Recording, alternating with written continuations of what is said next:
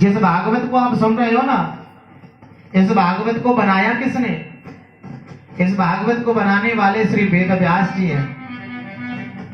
अच्छा एक बात और सुनो, अगर बाबा तुलसीदास ना होते और वेद व्यास जी ना होते तो शायद संसार का भला नहीं होता, क्योंकि ये दोनों भी हमारी तुम्हारी तरह अपने अपने कामों में मस्त रहते, अपने बारे में ही सोचते, तो फिर संसार का कल्याण नहीं होता। इन दोनों ने अपने बारे में नहीं सोचा, संसार के लिए सोचा। जब तो तुलसीदास ने रामचरितमानस का आनंद दिया है और बाबा वेद व्यास ने भागवत का आनंद दिया। भैया जो भागवत संसार का कल्याण करती है, मोक्ष देने वाली है, ऐसी कथा का आनंद हम सब यहां ले रहे हैं। वेद व्यास ने 17 पुराण बनाए। कितने बनाए? 17 पुराण। लेकिन फिर भी मन को शांति न मिली, और जब मन को शांति न मिली तो वो मन में विचार करने लगे, भाई अभी लगता है मेरे शास्त्रों में कुछ अधूरापन रह गया है। तो वो चिंता में पड़ गए, और जैसे ही चिंता में पड़ गए, चिंता करने लगे ऐसा कौन सा कर्म किया जाए जिससे संसार का भला हो जाए। जैसे ही चिंता करने लगे उसी समय नारद जी आ गए। कौन आए? नारद जी। श्रीमन नारायण नारायण नारायण श्रीमन नारायण नारायण नारायण नारायण नारायण नारायण श्रीमन नारायण नारायण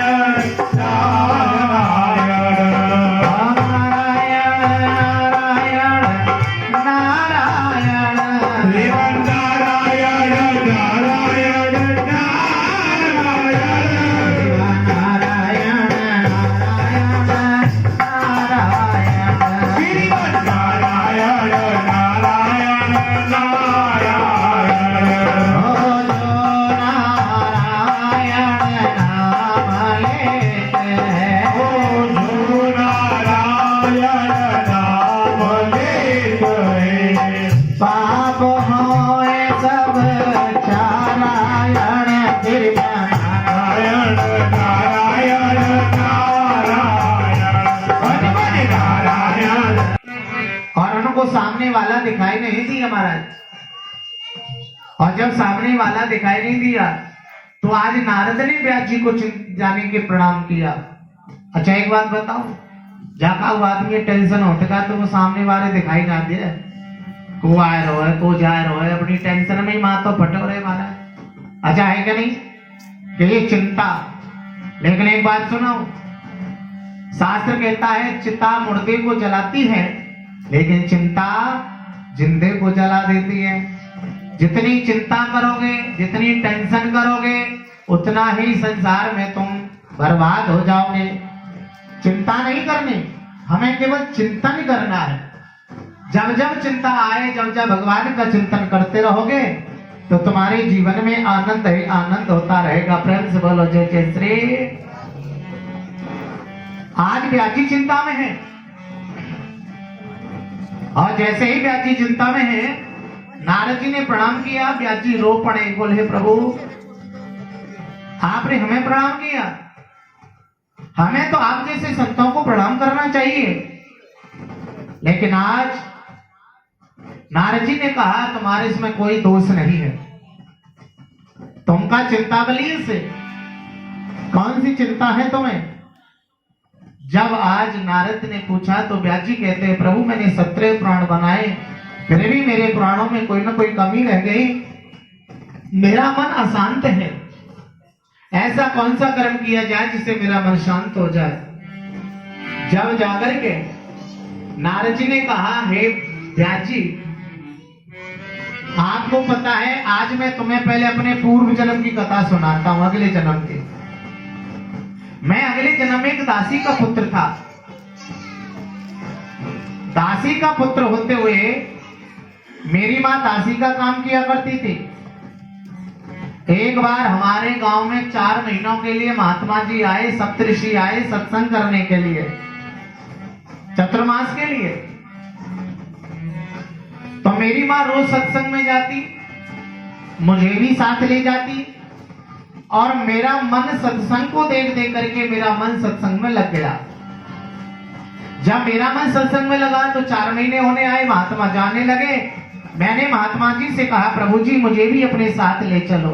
अच्छा एक बात बताऊं, जैसे बच्चों को आचरण दोगे वैसा ही बालक बनता है।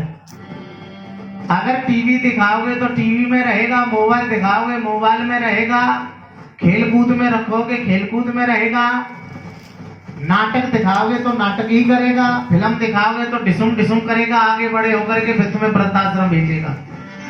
याद करना। लेकिन शास्त्र कहता है बच्चा कच्चे घड़े के बराबर होता है। जैसे कच्चे घड़े की आकृति को बदलोगे वो मुड़ जाता है। अगर घड़ा पक जाए तो उसको तुम आकृति बदलना चाहोगे तो बदलेगी नहीं, फूट जाएगा। ऐसे ही बच्चे के अंदर संस्कार भरना है तो जहां भी कथा हो, भागवत हो, सत्संग हो, प्रवचन हो, वहां लेकर के जाओ, जिससे तुम्हारे बच्चे के अंदर संस्कार पैदा हो जाए। प्रेम से बोलो जय जय श्री। याद करना, आजकल पढ़ाई तो बहुत है लेकिन संस्कार नहीं रहे, और जब तक संस्कार नहीं तब तक जीवन में आनंद नहीं। के बिन सत्संग विवेक न होई यहाँ। अच्छा फिर भी तुम राम जी की कृपा के पात्र न बनो तो उसमें धिक्कार है। श्री शास्त्रों में कहा गया, आज नारद जी जब दासी के पुत्र थे, महात्माओं से कहा तो महात्माओं ने कहा कि तुम्हारी बूढ़ी माँ घर में है, उसकी सेवा चाकरी करो। और महात्मा जी ने एक मंत्र दे दिया, ओम नमो भगवते वासुदेवाय, और एक पता दे करके चले गए, बेटा जब तुम सारे नित्य क्रिया कर्मों से निवृत्त हो जाओ तब जब आ जाना हमारे पास। अब वो दासी का पुत्र अपनी माँ के साथ रहता है। एक दिन उसकी माँ मर गई और उसने अपनी माँ का क्रियाक्रम किया और संतों के पास चला गया, संतों की खूब सेवा करी, और सेवा करते करते महाराज वो भगवान को प्राप्त कर गया और भगवान से बोला, प्रभु जी मुझे ऐसा बनाओ कि हर समय मैं तुम्हारे साथ रहूं। जब भगवान ने कहा, बेटा इस जन्म में तो सुलभ नहीं है, अगले जन्म में तुम मुझे जरूर प्राप्त कर पाओगे। और वही दासी का पुत्र अगले जन्म में नारद बन के आया। बोलो नारद जी भगवान की।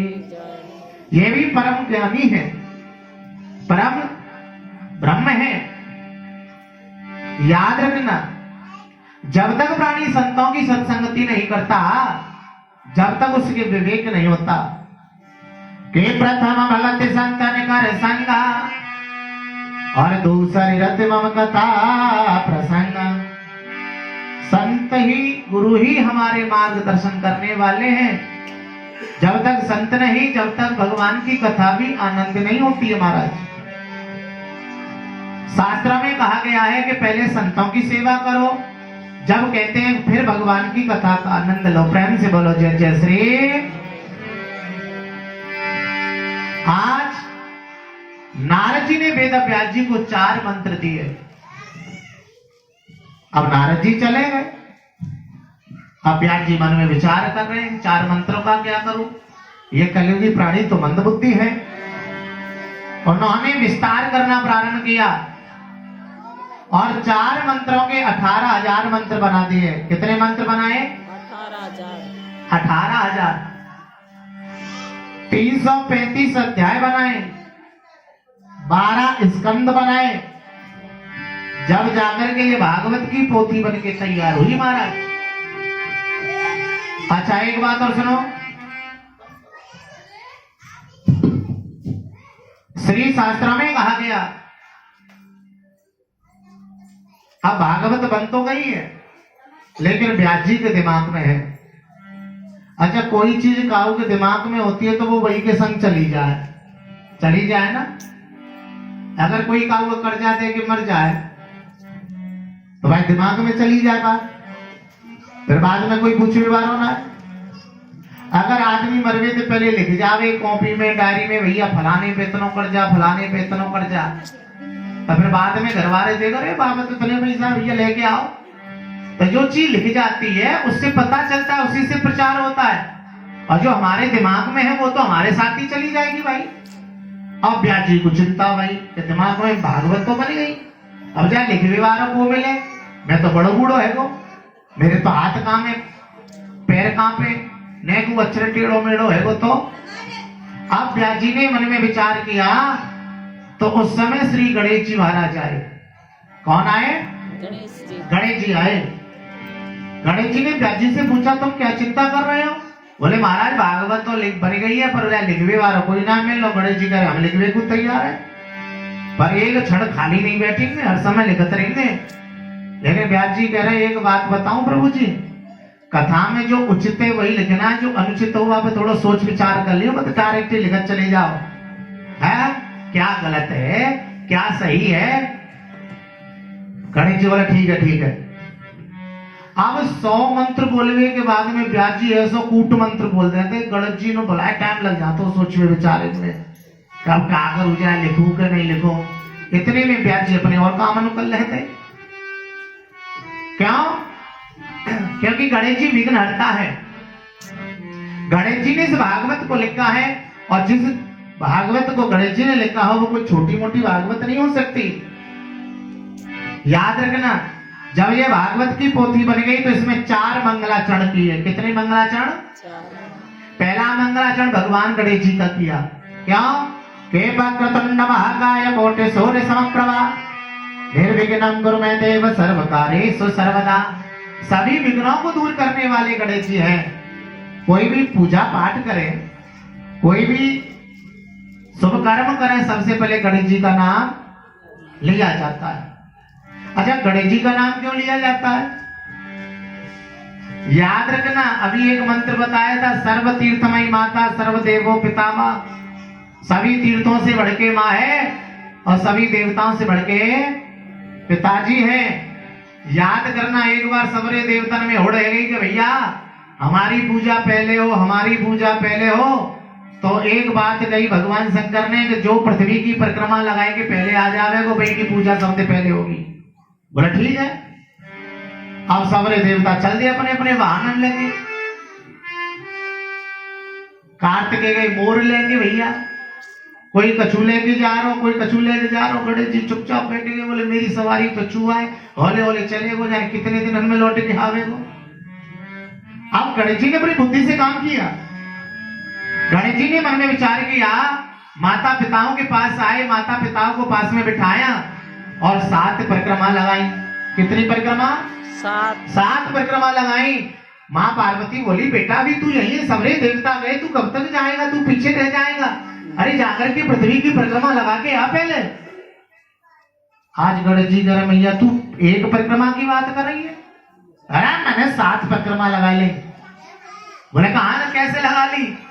जब गणेश जी कहते हैं कि सर्व तीर्थमयी माता, सभी तीर्थों से बढ़ के माँ है और सभी देवताओं से बढ़ के पिता है।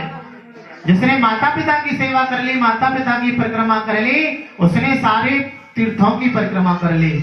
माता पिता को पूछना रहे हो, माता पिता घर में भूखे प्यासे पड़े हैं और खुद तीर्थ करता फिरता है, अरे ऐसी तीर्थों से ऐसी पूजा से कोई फायदा नहीं है।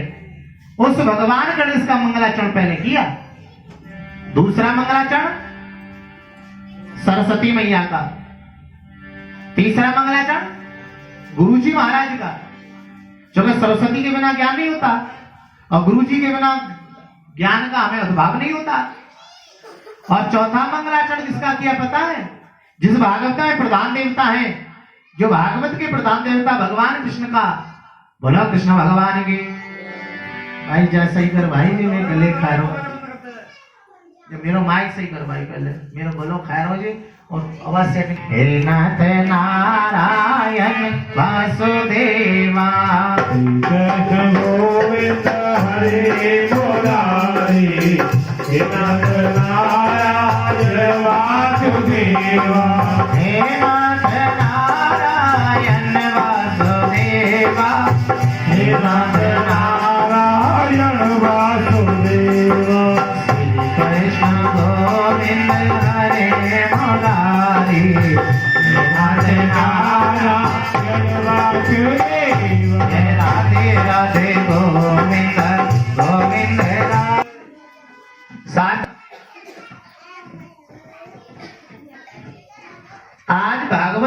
गई, पोथी बन गई, लेकिन व्यास जी को फिर चिंता भाई, अब काय की चिंता, अब भागवत जब बन गई तो फिर काय की चिंता होने लगी। अब फिर चिंता इसलिए हुई कि इसका प्रचार कौन करेगा, मैं तो बूढ़ा हो चुका हूं, ऐसा कोई निर्विकारी पुत्र मिल जाए जो इस भागवत का प्रचार कर सके। आवाज बढ़ाओ भाई मेरी, जो इस भागवत का प्रचार कर सके। तो उन्होंने भगवान शंकर को याद किया, क्योंकि संसार में सबसे बड़े निर्विकारी, सबसे बड़े भक्त संसार में शंकर जी हैं, सबसे बड़े त्यागी देवता शंकर जी हैं। बोले अच्छा, क्या शास्त्र कहता है जब शंकर जी को याद किया है कि ओम शिवम शंकर मीशानम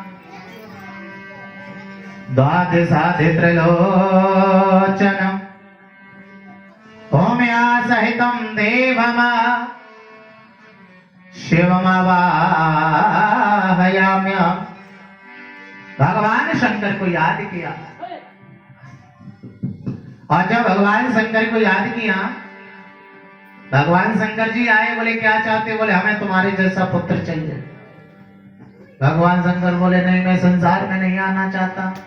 बोले आना तो पड़ेगा, नहीं आए तो तुम्हें स्वार्थी कहा जाएगा। जो आनंद तुम समाधि में भोगते वो आनंद संसार को देने आना पड़ेगा।